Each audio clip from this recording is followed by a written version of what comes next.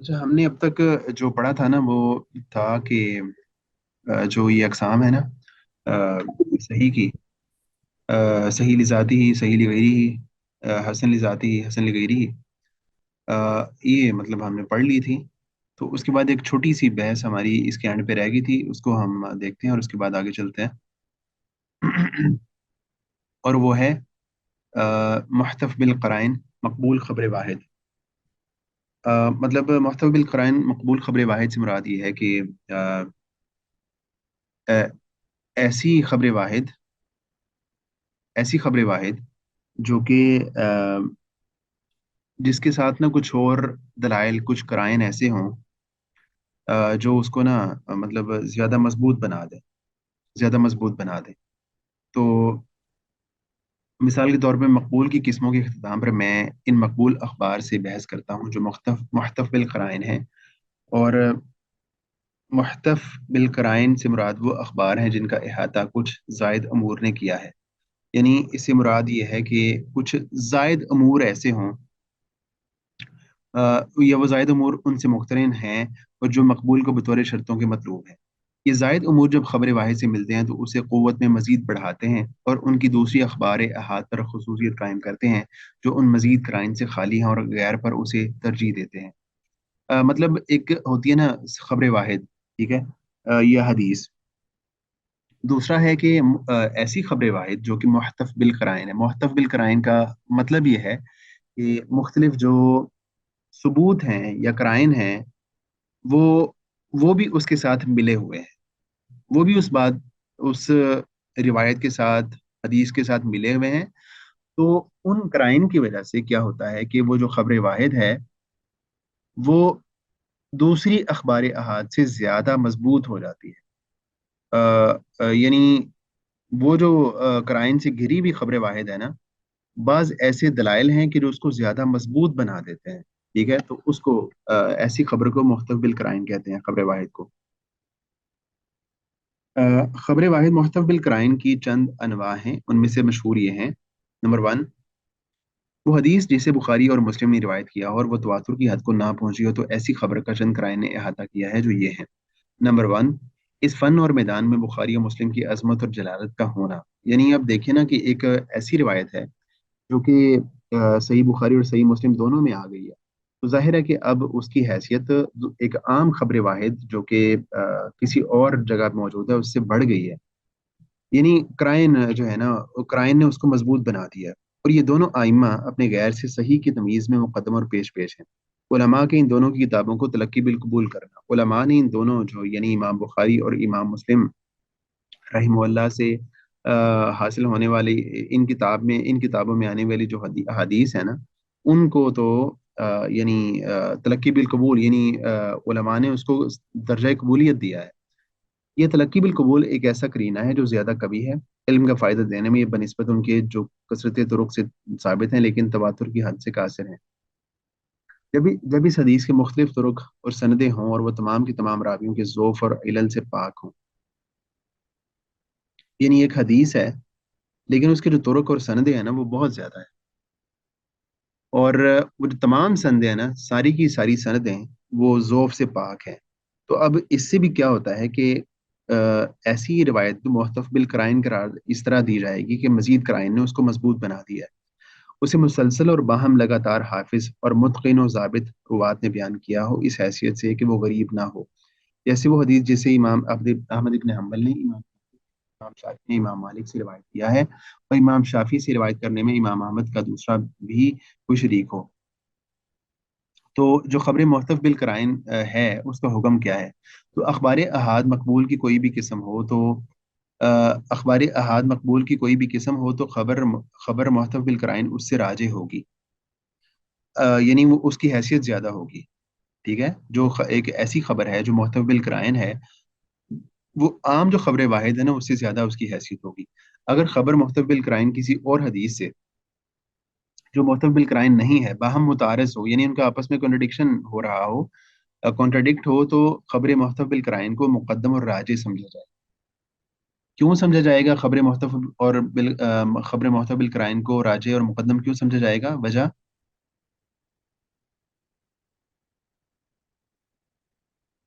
سر کیونکہ اس کی مطلب کچھ دلائل ہیں جو کہ اس کو مضبوط کر رہے ہیں اس وجہ سے۔ ہاں صحیح ہے، صحیح ہے۔ تو اس بیس پہ جو ہے نا اس کو، اچھا اس کے بعد ہم آتے ہیں اگلی جو بحث ہے نا ہماری، خبر مقبول کی تقسیم معمول بھی اور غیر معمول بھی کی طرف۔ خبر مقبول کی دو قسمیں ہیں، نمبر ون معمول بھی، دوسری ہے غیر معمول بھی۔ علم حدیث کی انواع میں سے، سیکنڈ،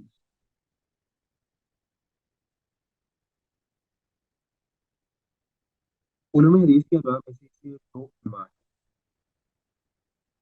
محکم و مختلف الحدیث، ناسخ و منسوخ۔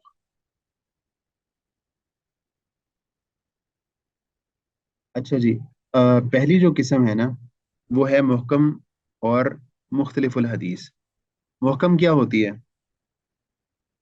اس کو کوئی ریڈ کر دے گا، پڑھ دے گا کوئی آپ میں سے؟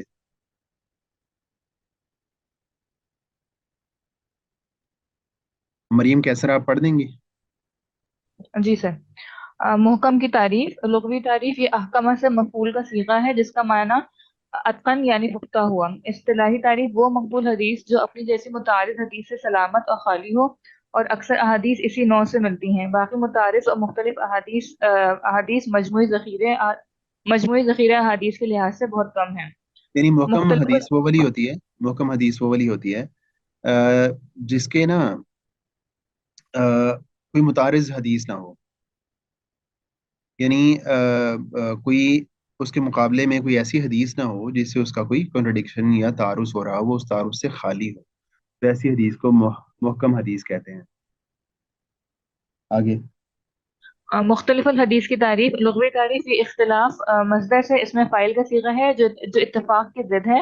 مختلف الحدیث کے معنی یہ ہیں کہ وہ احادیث جو ہم تک اس طرح پہنچتی ہیں کہ وہ معنی و مراد میں ایک دوسرے سے متعارض اور مخالف ہیں، یعنی معنی و مراد میں ایک دوسرے کی متضاد اور الٹ ہیں۔ اصطلاحی تعریف، وہ مقبول حدیث جس کے مخالف اس جیسی حدیث موجود ہو لیکن ان کے درمیان جمع اور موافقت ممکن ہو، یعنی وہ صحیح یا حسن حدیث کے ایک دوسری حدیث جو مرتبے اور قوت میں اس جیسی ہو، وہ ظاہراً مفہوم میں اس کے مخالف ہو اور اس کی نقیض ہو، لیکن اہل علم اور روشن فہم حضرات کے لیے ممکن ہو کہ وہ ایک قابل قبول شکل میں ان دونوں کے معنی اور مدلولات کو جمع کر دیں۔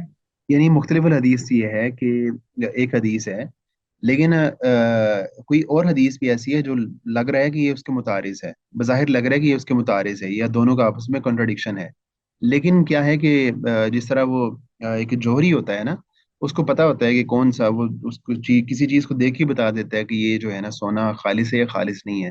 تو اسی طرح جو ایکسپرٹس ہوتے ہیں نا ان کو پتہ چل جاتا ہے کہ اس کا یہ کنٹرڈکشن ہے یا نہیں ہے، یا اگر ہے تو اس کا سلوشن کیا ہے۔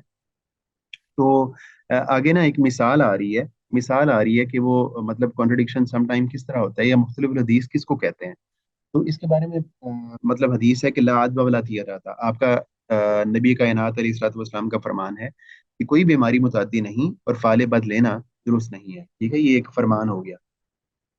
اس حدیث کو امام مسلم نے نکالا ہے اور یہ متعارض ہے۔ اب دوسری حدیث ہے جو بظاہر لگ رہا ہے کہ اس کے متعارض ہے، جس میں ہے کہ پھر من المرزومی فرارو کا من الاسدی، جزام کی بیماری یعنی کوڑ کی جو بیماری والے سے اس طرح بھاگ جیسے تو شیر سے بھاگتا ہے۔ یعنی پہلی حدیث میں کہا گیا کہ کوئی بیماری جو ہے نا وہ متعدی نہیں ہوتی، یعنی منتقل نہیں ہوتی، ایک سے دوسرے کو نہیں لگتی، ٹھیک ہے۔ تو لیکن اس حدیث میں کہا گیا کہ تم کوڑ کی بیماری والے سے اس طرح بھاگو جیسے تم شیر سے بھاگتے ہو، ٹھیک ہے۔ اب ان دونوں کا آپس میں کانٹرڈکشن بظاہر لگ رہا ہے نا، تو اس کو ہم مختلف الحدیث کہتے ہیں۔ تو اس حدیث کو امام بخاری نے، پہلی والی کو امام مسلم نے روایت کیا ہے اور دوسری والی کو امام بخاری نے روایت کیا ہے۔ یہ دونوں حدیثیں ہی صحیح ہیں، ان کا ظاہر آپس میں متعارض ہے، کیونکہ پہلی حدیث بیماری کے متعدی ہونے کی نفی کرتی ہے جبکہ دوسری اسے ثابت کرتی ہے۔ تو علماء نے انہیں جمع کیا ہے اور ان کے معنوں میں متعدد طریقوں سے موافقت ڈالی ہے۔ یہاں میں وہ جمع ذکر کرتا ہوں جو حافظ ابن حجر نے پسند کی ہے، جس کا خلاصہ یہ ہے۔ اچھا، جمع کی کیفیت، ان دونوں احادیث میں جمع کی کیفیت یہ ہے کہ کہا جائے گا کہ बीमारी के मुतअद्दी होने की नफ़ी की गई है और गैर साबित है। यानी जो बीमारी मुंतकिल एक से दूसरे को लगती है, इसकी नफ़ी की है अल्लाह के रसूल ने, और ये बात के बीमारी मुतअद्दी होती है, ये सही नहीं है। इसकी दलील हज़रत सल्लल्लाहु अलैहि वसल्लम का फरमान है कि ला युअद्दी शैउन शैआ, कोई चीज़ किसी चीज़ को मुतअद्दी नहीं बनाती। और आपका वो फरमान भी है कि जब आपसे मुआरजा करते हुए कि आप ही ने कहा कि अन्नल बाईरु बिअन्नल बाईरुल अजरबु यकूनु बैनल इबिल सहीहति फयुखालितुहा फतजरबु। तो आपने फरमाया कि फमन आदल अव्वल, कि पहले किसने बीमारी लगाई थी, यानी उसने पूछा, राबी ने पूछा कि जो है ना, जो सम टाइम ये होता है कि एक ऊंट से ना दूसरे को बीमारी लग जाती है, एक ऊंट से हो जाता है, ठीक है। तो यानी उसके कहने का मतलब ये था कि बीमारी दूसरे को मुंतकिल होती है। तो नबी करीम सल्लल्लाहु अलैहि वसल्लम ने फरमाया कि मुझे ये बताओ कि तुम ये कह रहे हो कि एक ऊंट से दूसरे को बीमारी मुंतकिल होती है, तो जो पहला ऊंट था जिसको सबसे पहले बीमारी लगी थी, उसको किसने बीमारी लगाई थी? मतलब वाज़ेह है कि यकीनन अल्लाह ताला ने ही दूसरे ऊंट में इब्तिदा में बीमारी पैदा की, जिस तरह अल्लाह ताला ने पहले ऊंट को लगाई थी। यानी नबी करीम सल्लल्लाहु अलैहि वसल्लम ये बताना चाह रहे हैं कि जो बीमारी होती है वो मुतअद्दी नहीं होती, मुंतकिल नहीं होती। अगर कोई बंदा परेशान होता है जी, एक से दूसरे को मुंतकिल हो गई है, तो जो पहला बंदा है उसको कैसे लग गई है बीमारी? तो बाकी जो ये वाली हदीस है कि मजूम से भागो, तो फिर इसका क्या मतलब है? तो ये वो कहते हैं कि ये जो बात है ना, मजून से भागने के हुक्म की, तो ये सद्दुज़राए के बाब से है। यानी एक सद्दुज़रिया होता है कि किसी गलती का रास्ता बंद करना, किसी गलती की तरफ ले जाने वाली चीज को रोकने के लिए एक चीज को मना कर देना, ठीक है। चाहे वो बजाते खुद गलत ना ही हो, चाहे वो बजाते खुद गलत ना हो, लेकिन चूंकि वो किसी और बड़ी बुराई की रीजन या वजह बन रही होती है, तो इस बुनियाद पे उसको भी गलत कह देना या उससे भी रोक देना, इसको सद्दुजरिया कहते हैं। तो वो कहते हैं कि ये जो रोका गया है मजलूम से भागने का, तो इसको सद्दुजराए के वजह से कहा गया है, ताकि ऐसा ना हो कि कोई शख्स उस मजलूम के पास रहता है और तकदीरन मिन जानिबिल्लाह उस वक्त उसे बीमारी लग जाती है, तो वो समझेगा कि शायद मुझे उसने बीमारी लगाई है, और वो बीमारी के मुतादी होने का अकीदा रख लेगा। यानी वो ये कह रहे हैं कि अगर एक बंदे को मजलूम यानी कोड़ी के पास रुकने से मना किया गया है, तो इसलिए मना किया गया है कि अगर खुदा ना खास्ता वो जो दूसरा बंदा है जो उसके पास रह रहा है, ठहरा हुआ है, उसको भी अल्लाह ताला की तरफ से बीमारी लग गई, जो कि उसकी तरफ से मुंतकिल नहीं हुई, तो मे भी वो ये समझे कि इसने मुझे बीमारी लगा दी है, कोड़ी ने बीमारी लगा दी है, तो वो उसके बारे में मतलब वो गलत शुकूक व शुबहात का शिकार हो, तो इस बुनियाद पे कहा गया कि तुम जो है ना उससे कोड़ी से दूर रहो। तो ये जो है ना इल्म मुख्तलिफुल हदीस है कि दोनों हदीसों में से उसके तारुज को ख़त्म किया गया है, यानी जो उसका कॉन्ट्रडिक्शन है उसका सोल्यूशन बताया गया है, उसका हल बताया गया है। ठीक सर है। जी जी। सर ये जो मुतद्दी बीमारी वाली फिर हदीस साइंटिफिकली तो गलत नहीं होती? क्योंकि आज की साइंस में तो हम साइंटिफिकली देखते हैं कि आज की साइंस कंटेजियस क्या डिजीज कहती है? होती है। सर साइंस तो कहती है कि कंटेजियस डिजीजेस होती हैं। I don't know, may be इसमें डिबेट है काफी ना, डिबेट है इसमें कि होती है या नहीं होती। बाज उलमा की राय है कि होती है, बाज की राय है कि नहीं होती, काफी। तो एनी हाउ ये मतलब एक मुख्तलिफ हदीस की एक मिसाल है कि इस तरह जो है ना वो उसका तारुज को हल किया जाता है। ये एक मिसाल है, और भी कई मिसालें हो सकती हैं। बाकी वो मुतद्दी होती है नहीं होती, ये डिबेट अलग है।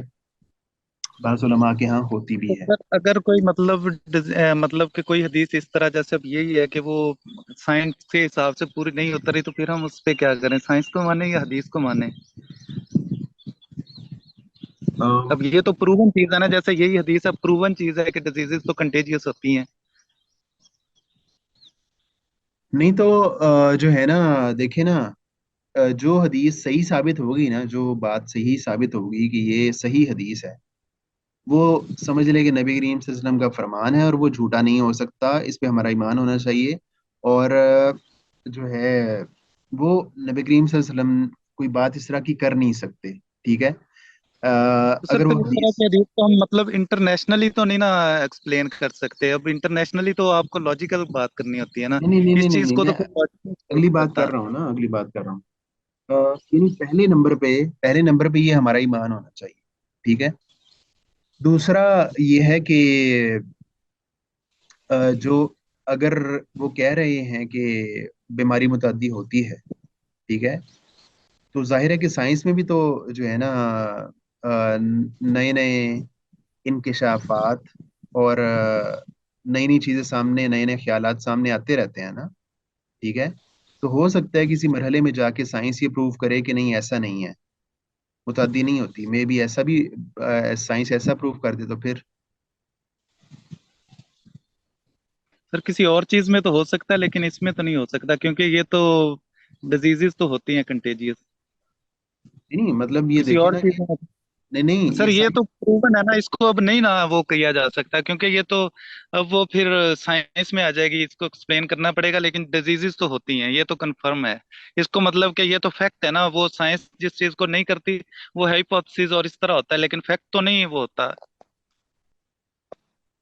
नहीं तो जो साइंस में भी तो डिफरेंस ऑफ ओपिनियन हो सकते हैं ना, साइंस में भी तो डिफरेंस ऑफ ओपिनियन हो सकते हैं, जिसको हम फैक्ट के तौर पे बताते हैं, खुद साइंसदानों के अंदर उसमें और ओपिनियन मौजूद होते हैं, जो कि हम मुसलमानों पे ठोंस रहे होते हैं जो बात को, खुद उनके अपने साइंसदानों ने उसके खिलाफ बात की होती है, तो फिर उसकी क्या हैसियत है? जिसको हम फैक्ट बना के लोगों के सामने बता रहे होते हैं, खुद अपने लोगों ने उसके खिलाफ बात की होती है, तो फिर चलें, इस्लाम की बात एक दफा छोड़ दें, तो जो उनके अपने लोगों ने, उनके अपने गोरों ने जो बात की होती है, उसके खिलाफ बात की होती है, फिर उसको क्या आप वेटेज देंगे? हम इस्लाम पे तो फौरन आ जाते हैं, लेकिन हम ये नहीं देखते कि उनके अपने ही लोगों ने उनके खिलाफ बात की होती है।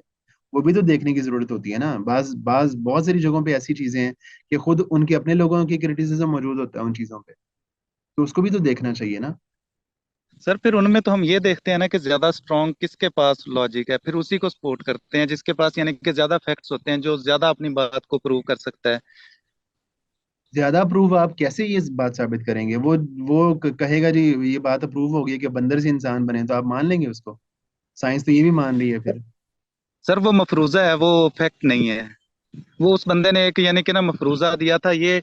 मतलब वो आपकी बात सही है कि जो यूरोप वाले हैं वो मुसलमानों के खिलाफ ऐਵੇਂ ही बात को नहीं, मैं ये प्रोपोगेट कर बात नहीं देते हैं। कर रहा है, मैं लेकिन ये वो जो बात बात है ना नहीं, कि मैं, आप मेरी बंदर से बात नहीं इंसान समझ बना, रहे ये ना, मेरी हाइपोथेसिस बात नहीं दैट समझ फैक्ट रहे नहीं ना। है ना सर। मैं ये नहीं बात कर रहा कि एम कर देते हैं, मैं कहता हूँ हमारे जो देसी, हमारे गोरे हैं ना, हमारे देसी गोरे, जो फौरन हदीस पे इतराज शुरू कर देते हैं, वो ये नहीं देखते कि खुद उनके अपने ही लोगों ने उनके खिलाफ बात की होती है। अपने ही लोगों ने, जो जिसको फैक्ट बना के पेश किया जा रहा होता है, अपने ही लोगों ने, अपने ही उनके साइंसदानों ने उसके खिलाफ भी बात की होती है, जिसको हम ये समझ रहे होते हैं कि उन्होंने तो एक जो है ना कंसेंसस हो गया किसी बात पे, हालांकि कंसेंसस नहीं होता। ठीक है, अगर अगर एक बंदे को की बात लग रहा है कि नहीं ये जो हदीस है ये एक फैक्ट के खिलाफ है, तो फौरन से वो ये ना करे कि उसको मतलब झुठला दे, या वो कह दे कि नहीं ये इस बात को मैं मानता नहीं हूँ। अगर ये सिलसिला शुरू हो गया ना, तो ये सिलसिला रुकेगा नहीं, ये सिलसिला बहुत आगे जाता है। जो मसले मसाइल हुए ना इनकार हदीस पर, जो मामला शुरू हुए हैं, वो यहीं से शुरू हुए हैं, यहीं से शुरू हुए हैं, एक दो हदीस से शुरू होते हैं, फिर मामला बढ़ता बढ़ता और बहुत ही आगे बढ़ जाता है, ठीक है। अगर एक बंदे को समझ नहीं आ रही ना, वो ये कहते कि मैं इस पे खामोशी इख्तियार कर लेता हूँ, मैं इस पे खामोशी इख्तियार कर लेता हूँ, मुझे ये बात नहीं समझ आ रही। मिसाल के तौर पे, तो अब अल्लाह के रसूल ने फरमाया कि जो मक्खी अब गिर जाए, मक्खी गिर जाए उसमें, चाय में या किसी भी चीज में, तो उसको डुबो के बाहर निकाल दो, ठीक है, क्योंकि इसके एक हाथ, एक पर में बरकत है, एक में बरकत नहीं है। अगर मुझे ये बात समझ नहीं आ रही, तो मैं उसको हदीस को झूठा ना कहूँ, मैं उसके बारे में कोई इस तरह की बात ना करूं, बल्कि मैं खामोशी इख्तियार कर लूं, ये सोल्यूशन है। सर मैं तो ये कह रहा हूँ ना कि हो सकता है कि ये बात हजूर पाक ने की ना हो, ये भी तो हो सकता है तो ना। भाई मैं यही समझा रहा हूँ कि ये हो नहीं सकता, नहीं हो सकता। जो हदीस सही साबित हो गई है ना, उसके बारे में आप ये नहीं कह सकते कि हो सकता है कि अल्लाह के रसूल ने ये बात ना की हो, ये बात आप नहीं कह सकते। लाखों लोगों ने जाने खपाई है इस बात पे, ये कोई कोई जो है ना हवा में नहीं पहुंच गई हदीसें हमारे पास, लाखों लोगों ने इस पे अपनी जिंदगियां लगाई हैं। ये बात कह देना, ये कि हो सकता है बात कही ना हो, یہ تو پھر ہر جو ہے نا شخص اٹھ کے کسی بھی حدیث کے بارے میں یہ بات کہہ دے گا. جس جس انسان کو کوئی آیت سمجھ نہیں آئے گی کہ وہ جو ہے نا انہوں نے موسیٰ علیہ السلام جب گئے وہاں پہ خضر علیہ السلام نے بچے کو مار دیا, لوگوں کو نہیں سمجھ آتی یہ والی آیت ہے, تو وہ کہیں گے میں نہیں مانتا اس آیت کو, اس کو کہیں گے ہاں ٹھیک ہے تم نہ مانو. بہت ساری بیسیوں آیات ایسی ہیں جو انسانی عقل کو نہیں سمجھ میں آتی ہیں آج. تو کیا ہم یہ کہہ سکتے ہیں کہ ہاں ٹھیک ہے نہ مانو تم؟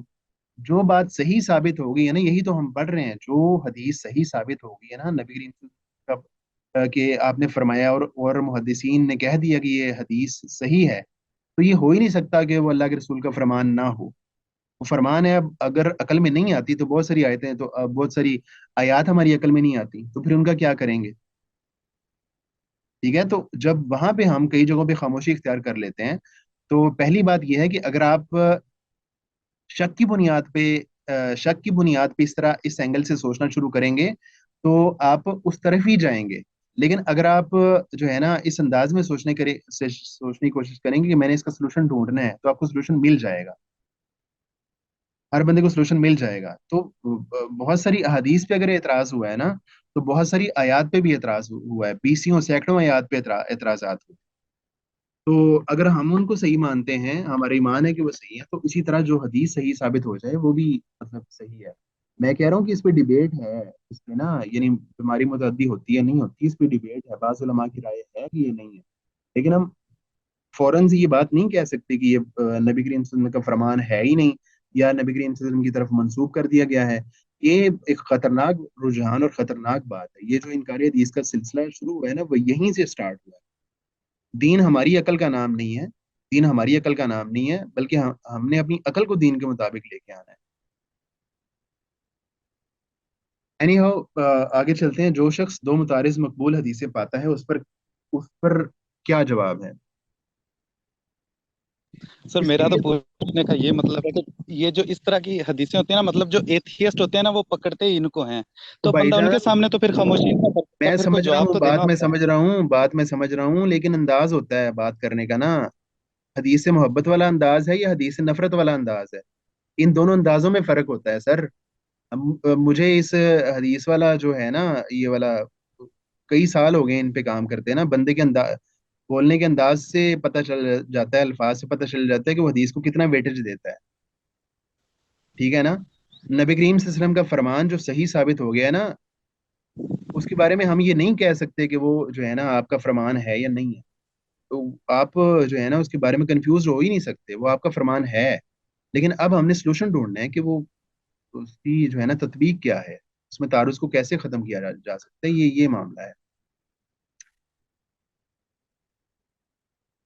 باقی جہاں تک اعتراض کی بات ہے, سائنس تو آپ کی بہت ساری آیات کو بھی نہیں مانتی نا, پھر آپ اس کو بھی قرآن سے نکلوا دینا.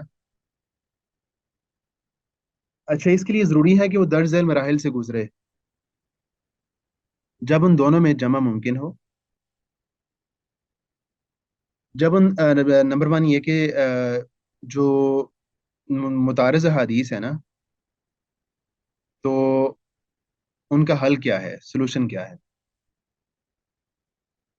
درج ذیل مراحل سے گزرنا ضروری ہے. نمبر ون یہ کہ جب ان دونوں میں جمع ممکن ہو, دونوں کے درمیان جمع متعین ہو جائے, تو ان دونوں احادیث پر عمل کرنا واجب ہوگا.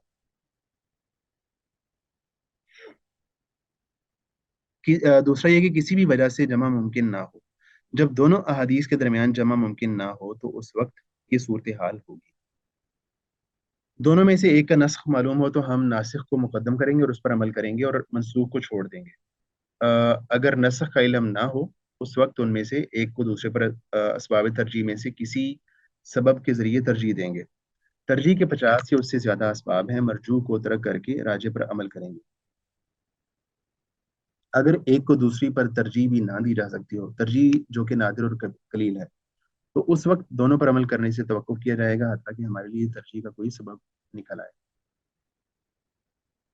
اچھا, اس فن کی اہمیت اور اس میں کامل کون ہے, یہ جمع بین الحدیث. جی جی. دیکھیے جو فرسٹ والا اس کے اندر ہے کہ جو جمع کیا جائے اور دونوں کے اوپر عمل کریں، تو وہ جو دونوں متعارف حدیث میں جو دو الگ الگ حکم دیے گئے ہوں گے تو وہ جمع کرنے کے بعد ان دونوں کے اوپر عمل ہوگا، یہ اس سے مراد ہے. نہیں, وہ جو تعارض ہے نا, جو کنٹرڈکشن ہے, وہ تو کنٹرڈکشن ہے. असल में है ही नहीं कॉन्ट्रडिक्शन। वो जो कॉन्ट्रडिक्शन बज़ाहिर लग रहा है ना, वो तो कॉन्ट्रडिक्शन है ही नहीं।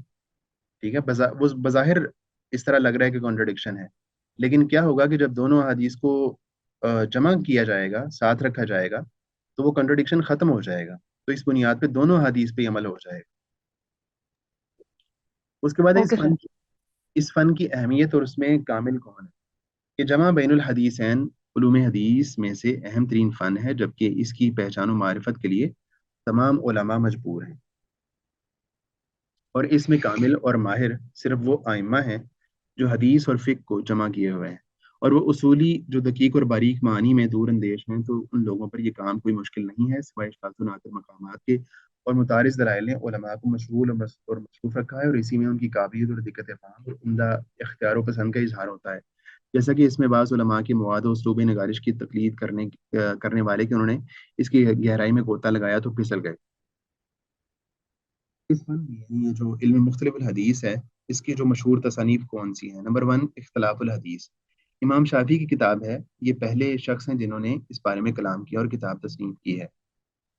दूसरी है तावील व मुख्तलिफ हदीस, ये इब्न कुतैबा की किताब है। तीसरी है मुश्किल आसार, ये अबू जाफ़र अहमद बिन सलामा इमाम तहावी की तसनीफ है। इल्म मुख्तलिफ हदीस के बारे में ये जो है ना तसानीफ है। उसके बाद आता है नासिख और मनसूख हदीस। नसख की तारीफ, लुग़वी तारीफ, इसके दो मानी है। नंबर वन, अल इजालतु, अल इजालतु इसी से है। नसखत शम्सु ज़िल्ला, सूरज ने साये को ज़ायल कर दिया। अन्नक्लु, इसका दूसरा लुग़वी मतलब है अन्नक्लु, इससे है नसख्तुल किताब, मैंने किताब को नकल किया, तो गोया कि नासिख भी मनसूख को ज़ायल कर देता है और इसे दूसरे हुक्म की तरफ मुंतकिल कर देता है। उसके बाद है इस्तिलाही तारीफ, शारी का अपने पहले हुक्म को बाद में नाजिल करदा हुक्म के जरिए उठा लेना और ज़ायल कर देना। यानी शारे ने पहले एक हुक्म नाजिल किया और बाद में दूसरा हुक्म नाजिल कर दिया, तो क्या हुआ कि जो है बाद वाला हुक्म है, उसने पहले वाले हुक्म को मनसूख कर दिया। मिसाल के तौर पे कुरान में पहले ये हुक्म मौजूद था कि जो है ना, कुरान में ही ये आयत मौजूद है कि अगर कोई एडल्ट्री के मुजरिम हो, कोई जिना का इर्तिकाब करें, तो उनको कमरे में बंद कर दिया जाए जब तक कि उनको मौत नहीं आ जाती। ठीक है, और बाद में क्या हुआ कि ये हुक्म मनसूख हो गया, और अल्लाह ताला ने कहा कि 100 कोड़े मारे जाएंगे। जो अनमैरिड जो है ना मर्द औरत हैं, उनको 100 कोड़े मारे जाएंगे, और जो होगा ना मैरिड लोग होंगे, उनको रजम किया जाएगा। इसकी अहमियत और दुश्वारी इसमें मशहूर उलमा। नासिख और मनसूख हदीस की मारिफत एक अहम और मुश्किल फ़न है। ये पढ़िएगा ज़रा आगे।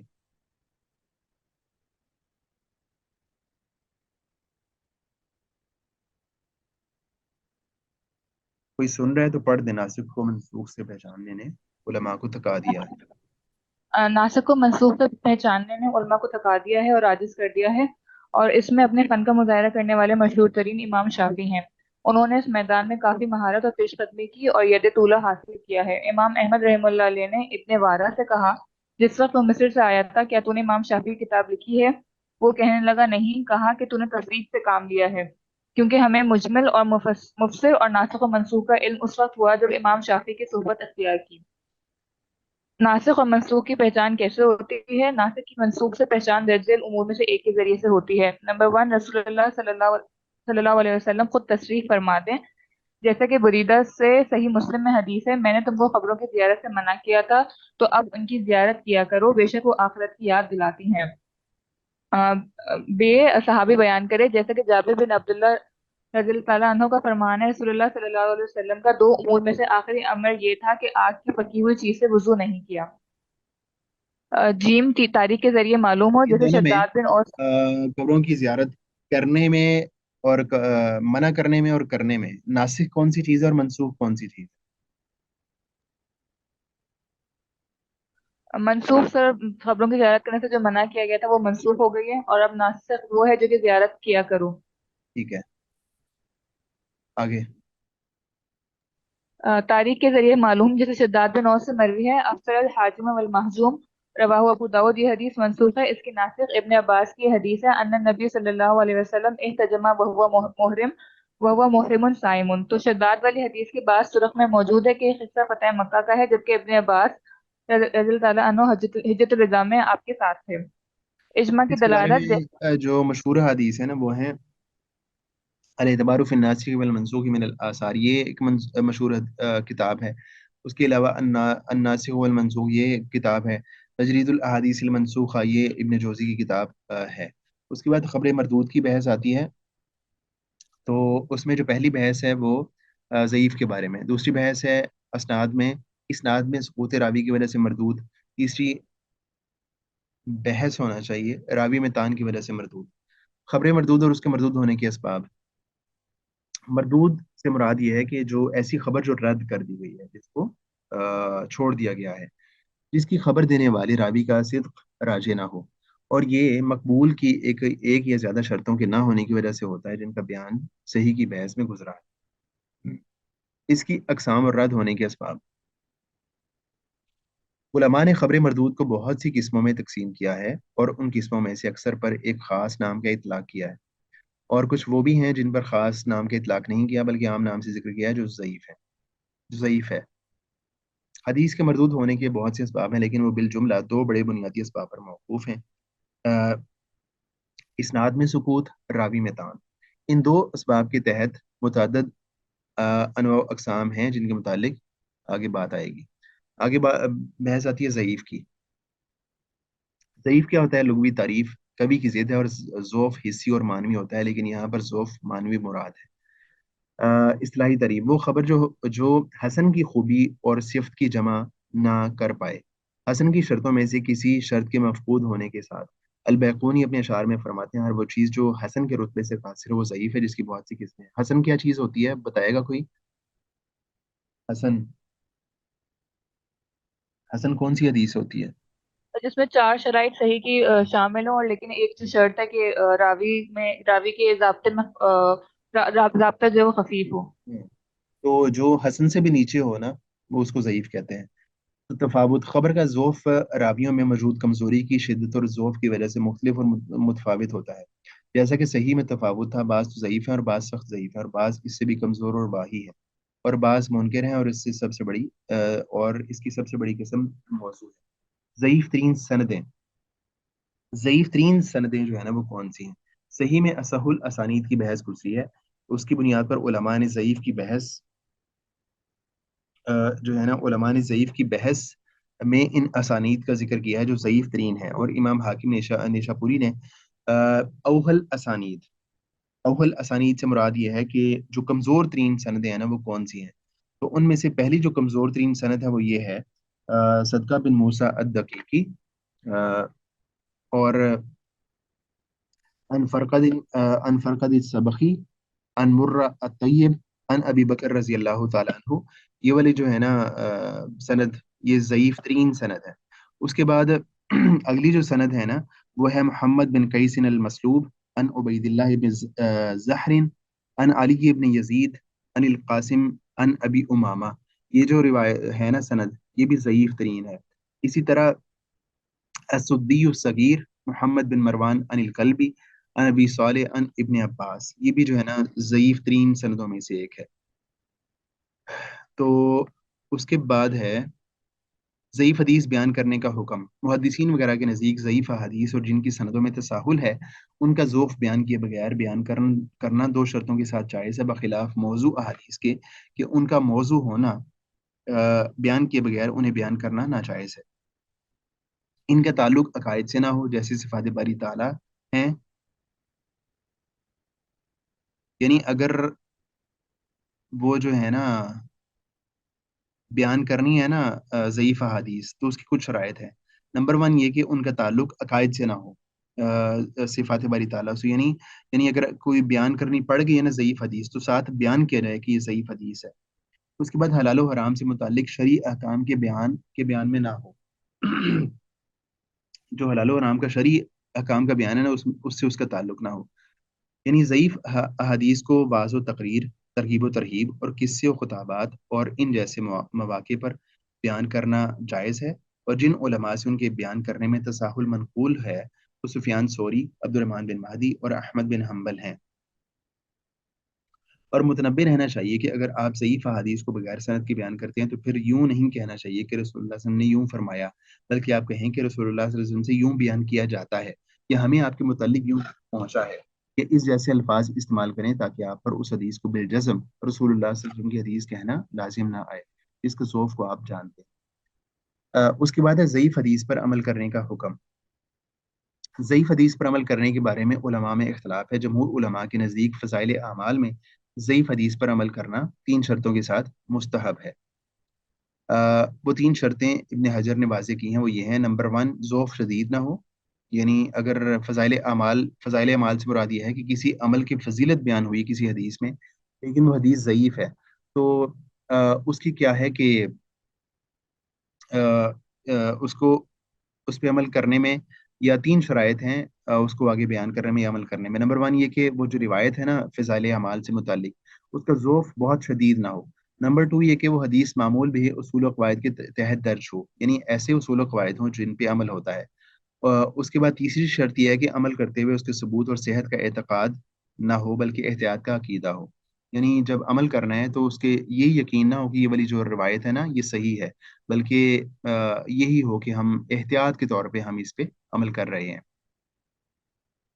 इसके बारे में जो मशहूर तरीन तसानीफ़ हैं, नंबर 1 वो किताबें जो ज़ईफ़ रावियों के मुतालिक तसनीफ़ की गई हैं, जैसे इब्न हिब्बान की किताबुद्दुआफ़ा, ज़हबी की मीज़ानुल एतदाल, उन्होंने ज़ईफ़ रावियों की वजह से ज़ईफ़ करार पाने वाली अहादीस बतौर मिसाल दर्ज की हैं। वो किताब में जो ख़ास तौर पर ज़ईफ़ की अनवा के बयान में तसनीफ़ की गई हैं, जैसे मरासील, इलल और मुदरज किताबें हैं। उसके अलावा अबू दाऊद की किताबुल मरासील है, दारक़ुतनी की किताबुल इलल है, यानी ये वो किताबें ऐसी हैं जो ज़ईफ़ होती हैं। तो आज इतना काफ़ी है, बाकी जो अगली बहस है ना इसकी मरदूद की, जो कि इस्नाद की वजह से, वो हम इंशाल्लाह जो हमारा कल का लेक्चर है ना, जो इतवार का हमारा लेक्चर है ना उसमें हम देखते हैं इंशाल्लाह।